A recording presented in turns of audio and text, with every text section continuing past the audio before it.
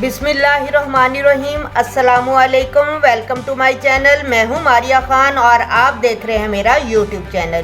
Friends, जब भी हम दाल पकाते हैं और आपको पता हमारे बच्चे ज़रा दाल को ज़रा कम पसंद करते हैं और अक्सर ऐसा होता है कि हमारी दाल बच जाती है और इस बची हुई दाल का हमें कोई समझ नहीं आता कि हम इसका क्या मसरफ़ करें, इसको किस तरह इस्तेमाल करें, तो बिल आखिर हमें इसे फेंकना पड़ता है।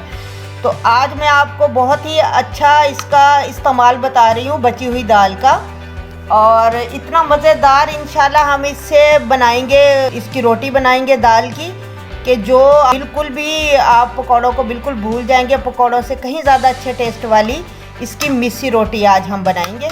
चलिए वीडियो स्टार्ट करते हैं। यहाँ पर मेरे पास तकरीबन 1.5 प्याली दाल है जो कि बची हुई है। और इस तरीके से अब सबसे पहले हम इसके अंदर ये बारीक कटी हुई 3-4 हरी मिर्चें ये शामिल कर देते हैं। और यहाँ पर एक मैंने छोटा प्याज बारीक चॉप कर लिया है, वो छोटा प्याज शामिल कर देते हैं। यहाँ पर आधी प्याली, हाफ प्याली मेरे पास बेसन है, ये हम इसके अंदर शामिल कर लेते हैं। इसे मैंने अच्छे तरीके से छान लिया था। अब ये है गेहूं का आटा जिससे हम रोटी बनाते हैं। ये हम इसकी इतनी इसके अंदर डालेंगे तो हमारा जो आमेज़ा है ये डो की शक्ल में आ जाए। ये आपकी दाल की क्वांटिटी के हिसाब से आपने इसमें शामिल करना है। अब तकरीबन हाफ चम्मच जो है इसके अंदर हम कुटी हुई लाल मिर्च डाल देते हैं और हाफ चम्मच हम इसके अंदर नमक या हस्बे जायका, और थोड़ा सा हम इसके अंदर कटा हुआ हरा धनिया शामिल कर देते हैं। फ्रेंड्स, जब मैंने दाल को कुक किया था लहसुन अदरक इसके अंदर मैंने तब शामिल किया था, इसलिए हम ऐसी कोई चीज़ इसके अंदर स्पाइसेस भी ऐड किए थे और लहसुन अदरक भी मैंने इसके अंदर ऐड किया था। अब ऐसी कोई चीज़ हम इसके अंदर मज़ीद शामिल नहीं करेंगे। अब इसको अच्छे तरीके से मिला लेते हैं। जिस तरह हम आटा गूंथते हैं इन सारी चीज़ों को मिक्स करते हुए हम आटे की शक्ल में हम इसे गूंद लेंगे। फ्रेंड्स, इसके अंदर मैंने पानी को शामिल नहीं किया क्योंकि ये घुली हुई दाल थी और इसके अंदर ऑलरेडी पानी था। अब ये देखें, ये हमारा डो की शक्ल आटे ने इख्तियार कर ली है। ये देखें, अब ये डो की शक्ल में आ गया जिस तरह हमारा आटा गूंदा हुआ होता है। अब इसे थोड़ा सा हम रेस्ट करने देते हैं। इसके ऊपर थोड़ी सी हम ऑयल से ग्रीसिंग कर देते हैं इस तरीके से, और 10 मिनट के लिए इसे हम रेस्ट पे रख देते हैं। उसके बाद हम इसकी रोटी तैयार करते हैं। इसे ढाँप दीजिए और 10 मिनट के बाद मिलते हैं। 10 मिनट हो गए हैं और यहाँ पर ये देखें हमारी डो अच्छे तरीके से सेट हो गई है। चलिए अब इसकी रोटी बनाते हैं। यहाँ थोड़ा सा हम आटा डस्ट करेंगे और इस तरीके से इसका पेड़ा बनाएंगे जिस तरह के हम रोटी बनाने के लिए पेड़ा बनाते हैं।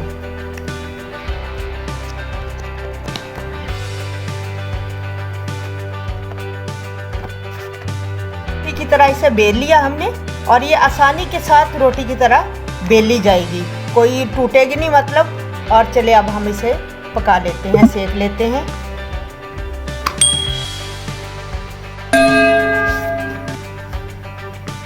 इसके ऊपर अब हम हल्का हल्का घी लगा देंगे। आप चाहें इसके ऊपर आप बटर लगाएं, देसी घी लगाएं, या जो भी आप घी पसंद करें ऑयल वो लगा सकते हैं।